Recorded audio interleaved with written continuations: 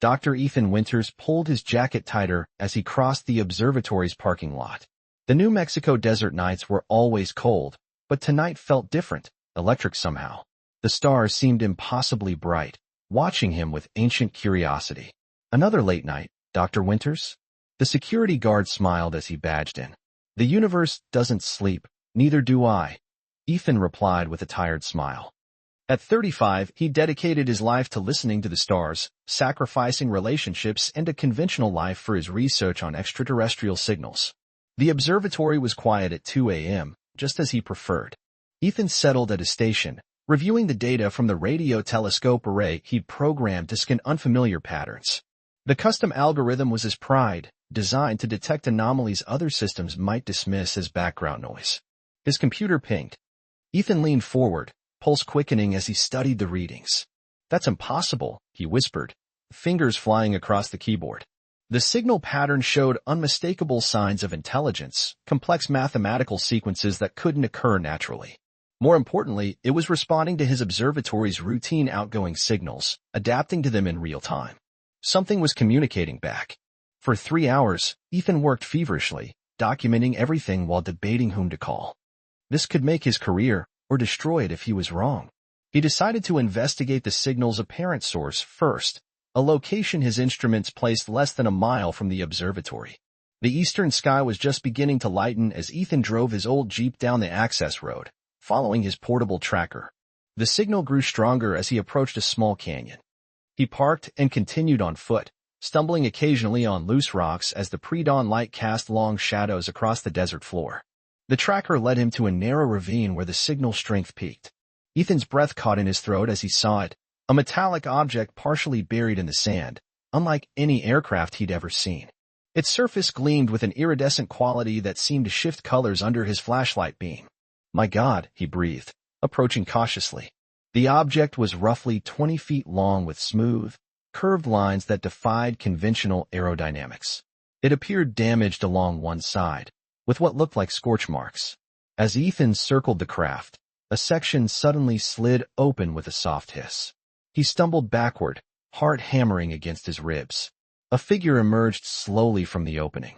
She was humanoid but unmistakably alien. Tall and slender with silvery blue skin that seemed to capture and reflect the growing dawn light. Her features were delicate yet strong. High cheekbones, a straight nose, and large, almond-shaped eyes that were the deep purple of distant galaxies. Her hair, if it could be called that, was a crown of luminescent strands that moved slightly as though suspended in water. Their eyes met, and Ethan felt a jolt of connection that transcended language or species. There was intelligence there, and wariness, but also curiosity. She spoke, her voice melodic and strange, words incomprehensible, yet somehow carrying emotional weight. When Ethan didn't respond, she touched a device on her wrist. After a moment of adjusting it, she tried again. "Your signal brought me here." Her voice now had an artificial quality, clearly translated. "I did not intend to land. Malfunction." Ethan swallowed hard. "I'm Dr. Ethan Winters. I'm a scientist, an astronomer. I study the stars." He gestured upward awkwardly. "I am Lyria," she replied, her eyes never leaving his face. "Communication specialist from the Celestial Alliance." "You're hurt." Ethan noticed a dark fluid seeping through what appeared to be a tight-fitting bodysuit near her shoulder. Lyria glanced at her injury. "Minor. Ship repairs are priority." She took a step forward but stumbled. Ethan moved instinctively to steady her, his hands grasping her arms. Her skin was warm, with a subtle vibration beneath the surface that reminded him of purring cats. "Let me help you," he offered, still processing the reality of touching an alien being. "My cabin is nearby. Safer than here in the open." Lyria studied him with those unsettling purple eyes, clearly weighing her options. Finally, she nodded. "Acceptable." As they made their slow way back to his Jeep, the rising sun illuminated the desert landscape. Ethan helped her into the passenger seat, conscious of her wary gaze. "Your transmission," Lyria said as they drove, her voice strained. "It contained mathematical sequences of great significance." "My research project," Ethan explained. "I've been broadcasting mathematical constants as part of a communication attempt." Lyria's expression darkened. "Then it is worse than I feared." She turned to face him fully, her alien features intense. "Human, You have no idea what you've set in motion. Ethan's hands tightened on the steering wheel. What do you mean? Your signal did not just reach me, she explained, her translator giving her words an urgency that transcended its mechanical tone. It has been detected by others who have searched for worlds like yours for millennia. Worlds to conquer. Ethan felt cold dread pool in his stomach as the implication sank in. As they rounded the bend toward his cabin, the rising sun cast long shadows across the desert, and for the first time in his life, Ethan found himself fearing what might be coming from the stars he had so long admired. Ethan's cabin creaked under the early morning wind as he finished bandaging Lyria's shoulder. His medical knowledge was basic, but the wound didn't seem life-threatening, at least not by human standards. He had no idea what might be fatal to her species. This should hold for now, he said, stepping back to observe his handiwork. The bandage contrasted starkly against her silvery blue skin. Lyria examined the dressing with curiosity. Primitive, but effective. Thank you. Ethan busied himself making coffee, needing the familiar ritual to ground himself in reality. An alien was sitting in his living room. An actual alien. Your body chemistry, Lyria said suddenly. It's responding to my presence. Elevated heart rate, increased adrenaline, pupil dilation. Ethan nearly spilled the coffee. That's not exactly polite to point out where I come from. A slight smile curved her lips. Forgive me. I am a communication specialist. Reading biological responses is intrinsic to my training. Fair enough. Ethan handed her a mug of water instead of coffee, unsure what might poison her. Now explain what you meant earlier. About what I've set in motion. Lyria's expression darkened. The mathematical constants you broadcast match ancient markers used by the Vexari Empire. They believe such sequences indicate habitable worlds with intelligent life forms suitable for utilization. Utilization. Ethan didn't like the sound of that. Conquest. Resource extraction. Sometimes worse. She sipped the water tentatively. My people, the Astrani, have opposed them for millennia. I was on a reconnaissance mission when I detected your signal. I came to investigate, but my ship was damaged evading a Vexari patrol. Ethan sat heavily on the couch beside her. So I've basically painted a target on Earth. Unintentionally, she confirmed. But yes. He ran his hands through his hair. How long do we have? Weeks, perhaps. The Vexari are methodical. They will send scouts first. Ethan stood abruptly. We need to warn people. The government, the military, No. Lyria caught his wrist, her touch sending an unexpected warmth up his arm. Your authorities would capture me, study me.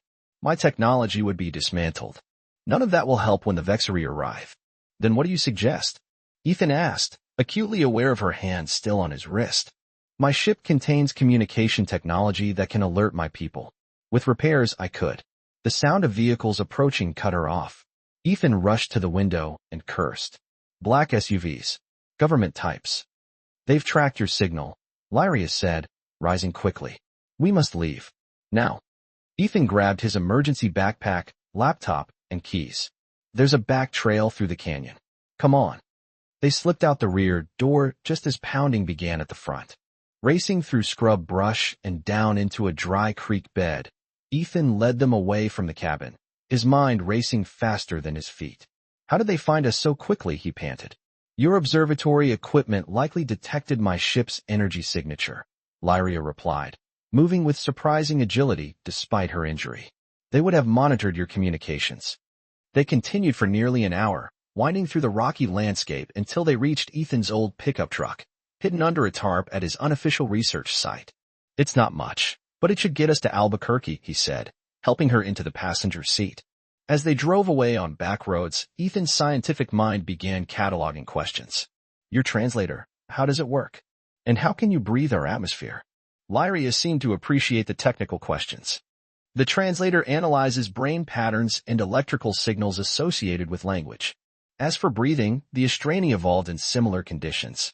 Minor atmospheric differences are manageable for short periods.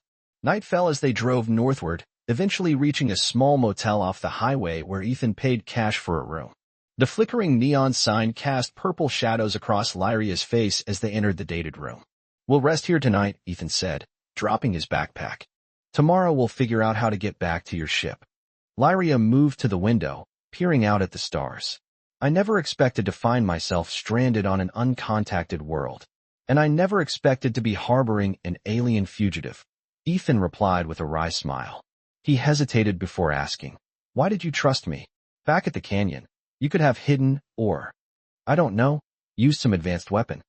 She turned to face him, her alien features softened in the dim light. "Your signal contained mathematical elegance beyond necessity. It spoke of curiosity, not conquest. And when we met," she paused, "your first instinct was to notice my injury, not my alienness." Something shifted in the air between them, a recognition that transcended their biological differences. Ethan became acutely aware of her presence, the subtle luminescence of her skin, the graceful line of her neck, the depths of her galaxy-purple eyes. "We should rest," he said, his voice betraying his awareness of her. "Astraini require less sleep than humans," she replied, moving closer.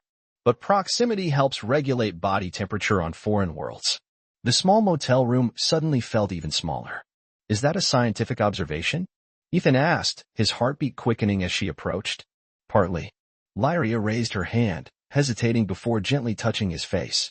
"Mostly it's an excuse." Her touch sent electricity through him, alien yet undeniably intimate. "Proximity sounds reasonable," he managed to say. The kiss that followed defied Ethan's scientific understanding. Her lips were warm, softer than expected, with that same subtle vibration he'd noticed in her skin. What began as curiosity transformed into something urgent and profound. Her fingers tangled in his hair as his arms encircled her waist, pulling her closer. Later, as they lay entwined on the narrow motel bed, the ancient light of distant stars filtered through thin curtains. Lyria traced patterns on his chest, her touch both soothing and exhilarating. "This was unexpected," Ethan whispered, still processing the implications of intimacy with a being from another world. "Unexpected," she agreed, "but not unprecedented. Connection transcends species throughout the cosmos." Physical compatibility, however, she smiled against his shoulder, that was a pleasant surprise. Ethan laughed softly, stroking the luminescent strands of her hair. But beneath this newfound intimacy, worry gnawed at him. Tomorrow they would need a plan, not just for Lyria's ship, but for Earth's survival in a suddenly much larger and more dangerous universe. Morning light filtered through the motel curtains as Ethan paced the worn carpet, phone pressed to his ear. Lyria watched him from the bed, her luminescent hair spread across the pillow like cosmic nebulae. "Amara, I'm not joking," Ethan insisted. "No, I haven't lost my mind. I need your help. Yes, I know how it sounds." He glanced at Lyria with a helpless expression. "Just meet us at the coordinates I texted. Bring your equipment. And come alone." He ended the call and sighed. "Dr. Amara Vega. If anyone can help us understand your technology, it's her. She's brilliant, specializes in quantum computing and theoretical physics." "Can she be trusted?" Lyria asked, rising with a fluid grace that still captivated him. "With science, absolutely. With alien secrets." He shrugged. "We don't have many options." 3 hours later, they pulled into an abandoned research station where Ethan had once conducted summer fieldwork. The facility's remote location and solar-powered generators made it ideal for their purposes. Amara's sleek black Tesla was already parked outside. She emerged as they approached, her dark hair pulled back in a severe ponytail, skepticism written across her face. "Ethan, what the hell is going?" She froze mid-sentence as Lyria stepped out of the truck. "Holy mother of..." "Dr. Vega," Lyria inclined her head in greeting. "Your colleague speaks highly of your intelligence." Amara's scientific training overcame her shock. Within moments, she was circling Lyria, observing rather than touching. Bipedal, humanoid, but cellular structure must be fundamentally different. The bioluminescent properties alone are. "Amara," Ethan interrupted. "She's a person, not a specimen. Right? Sorry." Amara offered an embarrassed smile. "It's just, this changes everything we know about life, the universe. And we don't have time to process it." Ethan cut in. "Earth is in danger." Inside the station, they converted a dusty laboratory into a workspace. Lyria used Ethan's laptop to display star charts that left both scientists speechless. "The Vexari Empire spans these systems," Lyria explained, highlighting a massive section of the galaxy. "They've consumed thousands of worlds over millennia. My people, the Astraini, maintain this defensive boundary." She traced a curve that seemed fragile against the Vexery's territory.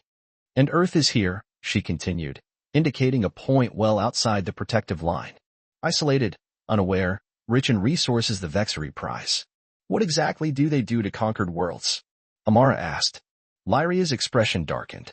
They extract what they need, metals, rare elements, biological samples. Sometimes they establish outposts. Usually, they leave the indigenous populations to survive on whatever remains. Environmental devastation, Ethan murmured. Mass extinction. Precisely. Lyria pulled a small device from her suit. This contains technical specifications for my ship's communication array. If we can repair it, I can alert the Astrani Council. Amara studied the holographic schematics with wide eyes. This technology, it's decades beyond anything we've developed. Can you help rebuild it? Ethan asked. Maybe. With the right components. Amara was already making notes. I'll need to call in some favors, get equipment delivered discreetly. Over the next few days, they worked tirelessly. Ethan retrieved essential parts from Lyria's ship under cover of darkness while Amara adapted Earth technology to interface with alien components. Lyria directed their efforts, growing stronger as her injury healed. During rare breaks, Ethan found himself drawn to quiet moments with Lyria. One evening, they stood outside beneath the stars, her hand entwined with his. Your world has such beauty, she said softly. The Astrani would consider it a treasure worth protecting. And you? Ethan asked, turning to face her. What do you consider worth protecting? Her luminescent fingers traced his jawline. I'm beginning to understand why some Astrani choose to remain on foreign worlds. The kiss that followed was deeper than their first, laden with unspoken possibilities. Later that night, in the privacy of their makeshift quarters, their intimacy transcended physical boundaries. Lyria's touch seemed to connect directly to his nervous system, creating sensations that defied human experience. Their bodies moved together in cosmic rhythm, her bioluminescence pulsing with each shared pleasure. Afterward, as Ethan lay breathless beside her, Lyria placed his hand over the area where her heart beat with an unfamiliar cadence. This, she whispered, is not something communication specialists are trained for. Having feelings for a primitive human? Ethan asked with a smile. Finding connection across the void. Her expression grew serious. Ethan, if we succeed in contacting my people, I may be recalled. The council will want first-hand reports. The possibility of losing her settled like a cold stone in his stomach. Let's focus on saving Earth first, he said, pushing away the thought. One interstellar crisis at a time. The next morning brought a breakthrough. Amara burst into the main lab, eyes bright with excitement. The interface is working. We can adapt your communication array using satellites already in orbit. Lyria reviewed Amara's calculations. This might work. We'd need access to a major broadcast facility. I know someone at the Very Large Array, Ethan said. If we can get private access for even 10 minutes. The sound of helicopters interrupted him. Through the windows, they spotted black military choppers approaching. Someone talked, Ethan said, looking pointedly at Amara. She paled. I only told my research assistant to deliver equipment. He's completely trustworthy. Apparently not, Lyria said, quickly gathering their critical components. We need to evacuate. As they rushed toward the exits, Amara's phone chimed. She checked it and stopped abruptly. It's from Julian, my assistant. He says he's been arrested and interrogated. They've tracked my Tesla's navigation system.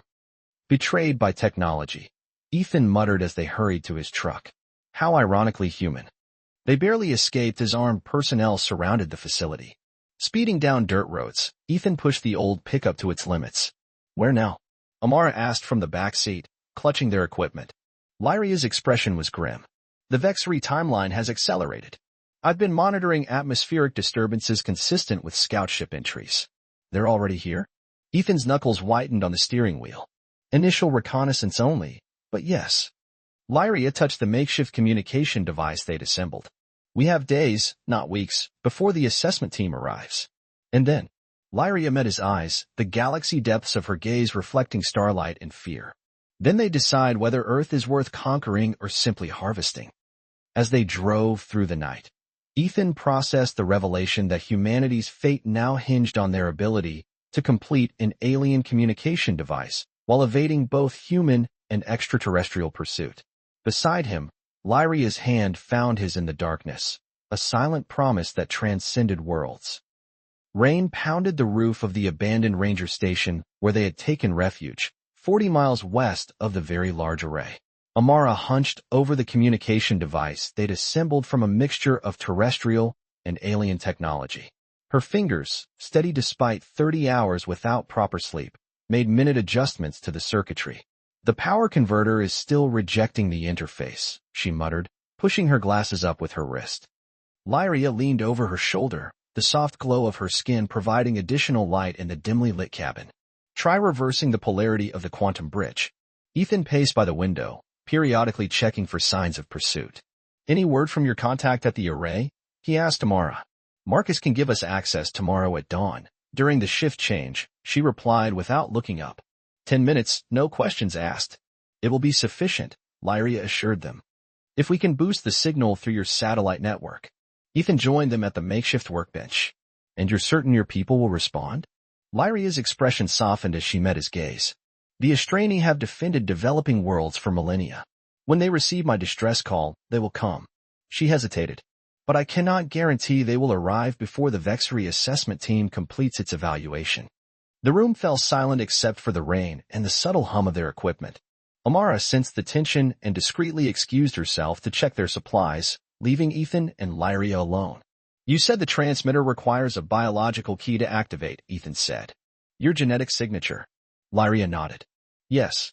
It ensures only authorized Astrani can send authenticated distress calls. And afterward? His voice wavered slightly. If your people come, will you go with them? Her luminescent fingers traced the line of his jaw. My duty has always been to the Astrani mission. But now, she looked away toward the storm outside. Now I find myself divided. Ethan covered her hand with his. I never imagined meeting someone from another world. And I certainly never expected to fall in love with her. The word hung between them, both terrifying and exhilarating. Lyria's eyes widened, the purple depths swirling with emotion. Love, she whispered, testing the word. We have a similar concept, though it translates poorly. It's closer to soul resonance in your language. And do we resonate? Ethan asked, heart pounding. Instead of answering with words, Lyria drew him close. Their kiss began gently but quickly ignited into something fierce and desperate, filled with the awareness of their uncertain future. His hand slid down her back as she pressed against him, the subtle vibration beneath her skin intensifying with her desire. They moved to the small bedroom, discarding clothes as rain drummed against the windows. In the darkness, Lyria's natural bioluminescence cast a soft blue glow over their entwined forms. Their lovemaking was both tender and urgent, each touch, each kiss a defiance against the cosmic forces threatening to separate them. Afterward, as they lay together listening to the storm, Ethan traced the patterns of light beneath her skin. These markings, he said, they change with your emotions. Lyria smiled. They're expressions of our life energy. Right now, they reflect contentment and connection. If we survive this, Ethan began, then corrected himself. When we survive this, what happens to us? She curled against him, her head resting on his chest. In all my studies of interspecies communication, I never prepared for this particular scenario. Being stranded on a primitive planet? Finding something worth staying for. The weight of her words filled the small room. Ethan held her tighter, afraid that speaking might break the moment's fragile perfection. Dawn arrived with clearing skies and renewed urgency. They loaded their equipment into Ethan's truck and set out for the very large array. The massive radio telescopes came into view as they crested a hill, dozens of white dishes arranged across the New Mexico desert like scientific sentinels. Amara's contact, Marcus, met them at a service entrance. 10 minutes, he reminded them nervously. After that, security does their rounds. They worked quickly, connecting their device to the array's transmission system. Lyria placed her palm against the activation panel, which illuminated with a pattern matching the markings on her skin. Initiating distress protocol, she announced. Preparing authentication sequence. Alarms suddenly blared throughout the facility. That's not us, Marcus said, panic edging his voice. Something's triggering the security system. Ethan rushed to a monitor. Multiple vehicles approaching. Military grade. The transmission needs another 3 minutes to complete, Lyria said, hands still pressed to the device. We don't have 3 minutes. Amara cried. Ethan made a quick decision. Marcus, Amara, take the truck and lead them away. Lyria and I will finish the transmission. Amara hesitated but nodded, understanding the stakes. As they left, Ethan barricaded the door and returned to Lyria's side. The signal pattern is stabilizing, she reported. 90 seconds remaining. Through the windows, Ethan watched black helicopters circling the facility. We're going to have company very soon. 60 seconds. The first sounds of entry teams breaching the building reached them. Boots on concrete, shouted commands. 30 seconds. The barricaded door shuddered under impact. Transmission complete, Lyria announced just as the door crashed open. Armed agents poured into the room, weapons raised. Hands where we can see them, a commander ordered. Ethan raised his arms slowly, positioning himself in front of Lyria. We're unarmed, he called out. We're not resisting. A figure pushed through the tactical team, a stern woman in a dark suit. Dr. Ethan Winters, she said coldly. You violated multiple federal laws and potentially endangered national security. Director Harlow, Ethan replied, recognizing her from scientific conferences. If you'll let me explain. Explain the alien technology? Or your unauthorized use of government facilities? Her gaze shifted to Lyria. Or perhaps your harboring of an extraterrestrial entity. She came to warn us, Ethan insisted. Earth is in danger. Director Harlow's expression remained skeptical. We'll discuss that at a secure facility. Both of you are coming with us. As agents moved to separate them, Lyria suddenly stiffened, her eyes widening. They're here, she whispered. Who's here? Director Harlow demanded. The building trembled as a deafening sound washed over them. The agents looked up in alarm as dust shook loose from the ceiling. Vexery scout ships, Lyria explained, her voice steady despite the fear in her eyes. The assessment team has arrived. Director Harlow's radio crackled with panicked reports of unidentified aircraft over multiple locations worldwide. Her skepticism faltered as she faced the undeniable reality of the situation. You, she pointed at Ethan. Start talking. What exactly are we dealing with? Before he could answer, the sky outside darkened unnaturally. Through the windows, they watched as massive shadows passed overhead, ships of impossible size and design blocking the morning sun. The Vexery flagship, Lyria said softly. They never send the command vessel unless they've already decided a world's fate. Ethan reached for her hand, their fingers intertwining as they faced the window. Did your message get through? He asked quietly. Will your people come? They will come, Lyria answered, her voice barely audible. But I fear they may be too late. As military personnel rushed to secure the facility, Ethan and Lyria stood together watching Earth's first official extraterrestrial contact unfold, not with greeting or celebration, but with the arrival of an ancient empire that had consumed countless worlds before their own. The military bunker hummed with frantic activity as screens displayed worldwide reports of Vexery ships hovering over major cities. Ethan stood beside Director Harlow, watching satellite footage of the massive flagship maintaining position in Earth's upper atmosphere. They've made no attempt at communication, Harlow reported. Our attempts to establish contact have been ignored. They're not here to talk, Ethan explained. They're conducting their assessment. Across the room, behind a glass partition, scientists examined Lyria's technology under heavy guard. She sat rigidly in her chair, separated from Ethan despite his protests. Your alien has provided valuable intelligence, Harlow acknowledged. But we can't rule out the possibility that she's manipulating us. She has a name, Ethan said tersely, and she risked everything to warn us. A young lieutenant rushed over with a tablet. Director, we're detecting energy signatures consistent with the aliens' descriptions of scanning technology. They're systematically mapping our mineral deposits, water resources, and population centers. How long until they complete their survey? Harlow asked. At current rates, less than 6 hours. Ethan slammed his fist on the table. We need Lyria in this conversation. She understands their protocols, their weaknesses. After a tense standoff, Harlow relented. Minutes later, Lyria joined them, her luminescent features drawing stares from everyone in the room. The Vexery flagship carries destruction capacity sufficient to render your civilization helpless, she explained, examining the tactical displays. They will target military installations first, then communication networks. Can we negotiate? A general asked. The Vexery do not negotiate with development stage species, Lyria replied. They consider it inefficient. What about your people? Ethan asked.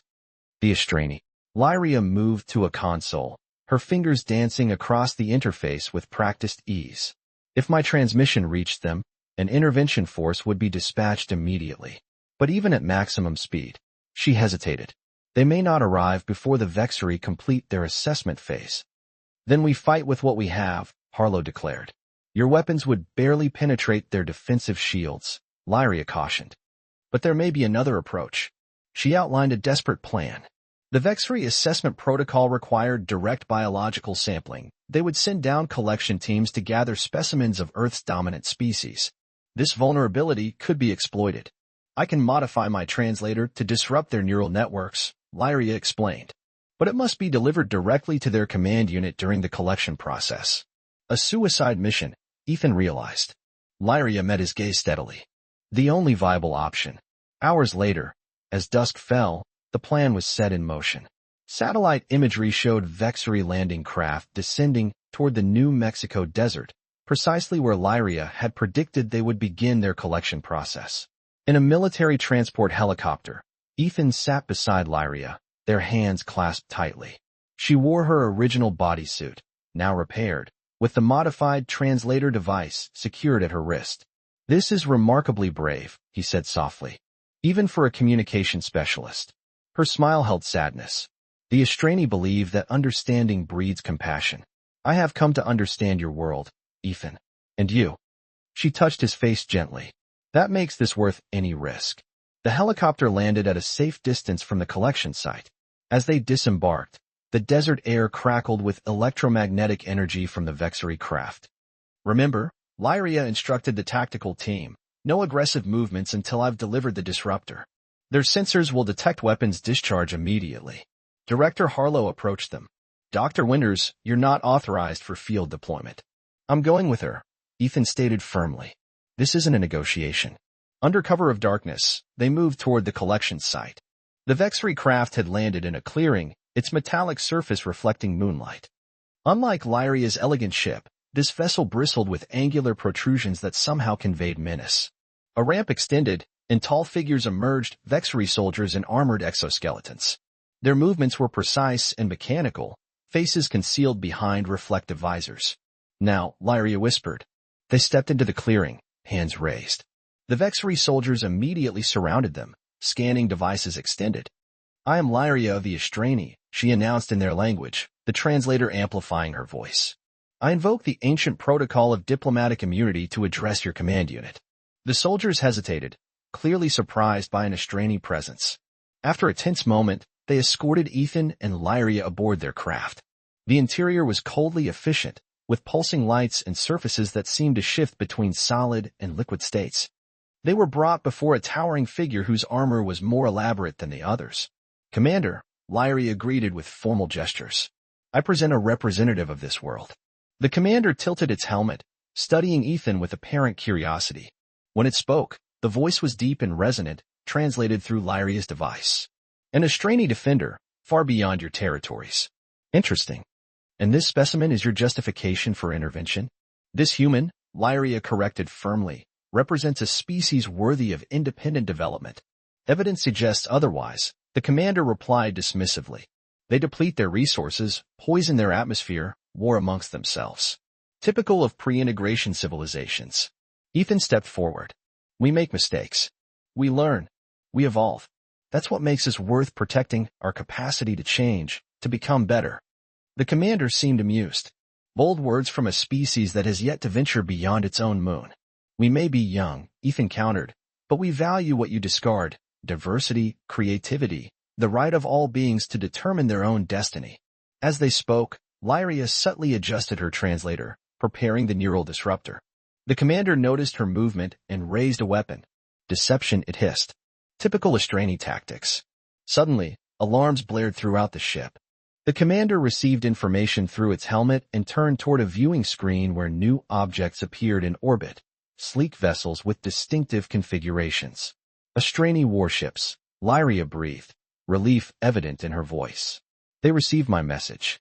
The commander issued rapid orders. Around them, the collection ship hummed with increased energy as weapon systems activated. Now, Lyria cried, activating the disruptor. A high-pitched wave of sound filled the chamber. The Vexari soldiers staggered, their neural networks temporarily scrambled. Ethan and Lyria fled toward the exit as chaos erupted around them. They barely escaped the ship before energy weapons began firing skyward, attempting to target the newly arrived Astrani fleet. Above them, the night sky became a battlefield of light and color as advanced weapon systems engaged. Military helicopters swooped in to extract them as the desert erupted with stray energy blasts. Back at the bunker, they watched breathlessly as the Astrani fleet systematically disabled the Vexari ships. "Your people came," Ethan said, watching the tactical displays in awe. "They will establish a protective perimeter around your solar system," Lyria explained. "Earth will be classified as a protected development zone." Hours later, after the Vexari threat had been neutralized, an Astrani diplomatic vessel landed outside the facility. Ethan accompanied Lyria to meet her people, their hands intertwined until the last possible moment. "The Council will want a complete report," she said softly as they stood before the ship's entrance. "I will be expected to return with them." Ethan swallowed the ache in his throat. "I understand. Your duty." She reached up to touch his face. "In my report, I will recommend Earth for full Astrani protection status. And I will request permanent assignment as liaison to your world." Hope bloomed in his chest. "Is that allowed?" "It is. Uncommon," she admitted, "but not unprecedented. Connection across species has occurred throughout our history." Her eyes held his. "None quite like ours, I suspect." The ship's entrance illuminated as elegant figures approached, Astrani officials whose features resembled Lyria's but whose manners seemed more formal, more reserved. "Commander Lyria," one greeted her. "The Council awaits your testimony."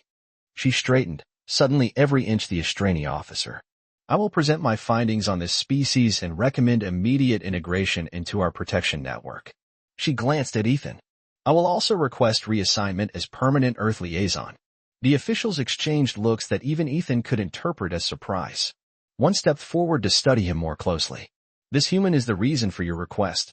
the official asked. "One of many," Lyria answered diplomatically. "Earth has unique potential worth cultivating." After a brief conference, the lead official nodded. "Your service record merits consideration of your request. You will have opportunity to present your case before the Council." 3 days later, as dawn broke over the New Mexico desert, Ethan waited anxiously outside the temporary diplomatic compound established between human and Astrani authorities. The door opened, and Lyria emerged, her expression unreadable. "What did they decide?" he asked, heart-pounding. A smile broke across her face, her bioluminescent patterns pulsing with joy.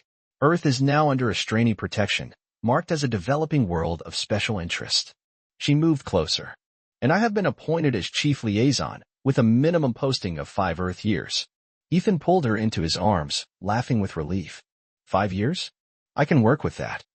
5 years to start, she clarified, her fingers threading through his hair. "With option for extension based on progress reports." "And what metrics will determine your success?" he asked, their faces inches apart. She smiled, the cosmic depths of her eyes reflecting the rising sun. "Cultural integration, scientific collaboration, and," her voice softened, "personal adaptation to Earth's environment." "I'm particularly interested in helping with that last metric," Ethan murmured before kissing her. In the months that followed, Earth underwent a transformation unlike anything in human history. The revelation of intelligent extraterrestrial life, both hostile and friendly, forced humanity to confront its place in the universe. Nations set aside old rivalries to establish unified protocols for interstellar relations, with Lyria serving as bridge between worlds. Ethan found himself at the center of a new scientific revolution. With Astrani permission, he led research teams studying compatible technologies that could advance Earth's development without disrupting its natural evolution. Amara headed the newly formed Xenobiology Institute, where human scientists worked alongside Astrani mentors. One evening, as sunset painted the sky in hues that reminded him of Lyria's bioluminescence, Ethan found her standing on the balcony of their home overlooking the desert. "Thinking about home?" he asked, joining her. "I am home," she replied, leaning against him, "though I do miss certain aspects of Astrani life. The twilight gatherings beneath our 3 moons. The harmony choirs that sing with the resonance of stars. Perhaps one day I'll see them." Ethan wrapped his arms around her waist. "Perhaps one day we both will," she agreed. "The Council has approved exploratory visits for select humans once diplomatic protocols are finalized." Ethan turned her to face him. "And what about us? Have they approved our intentions?" Lyria's expression grew tender. Interspecies unions are rare, but recognized. The Astrani believe that connection transcends biological differences. She took his hands and placed them over her abdomen. Our scientists have confirmed that with certain adaptations, we are compatible. Compatible? Ethan's eyes widened as understanding dawned. You mean? Not yet, she laughed. But possible, if we choose that path. Ethan pulled her close, overcome by the miracle of finding love across the stars. From the moment you told me, I had no idea what I'd set in motion. I never imagined it would lead to this. The universe unfolds in ways even the Astrani cannot predict, Lyria whispered against his lips. That's what makes it beautiful.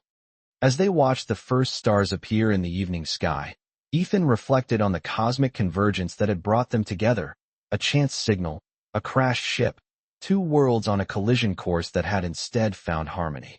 What had begun with a warning of danger had transformed into something precious and rare, a bridge between worlds, a love that transcended the vast emptiness of space. In the growing darkness, Lyria's natural luminescence cast a soft glow between them, a private constellation marking the beginning of their shared journey, two beings from distant worlds creating something entirely new, one day at a time. End.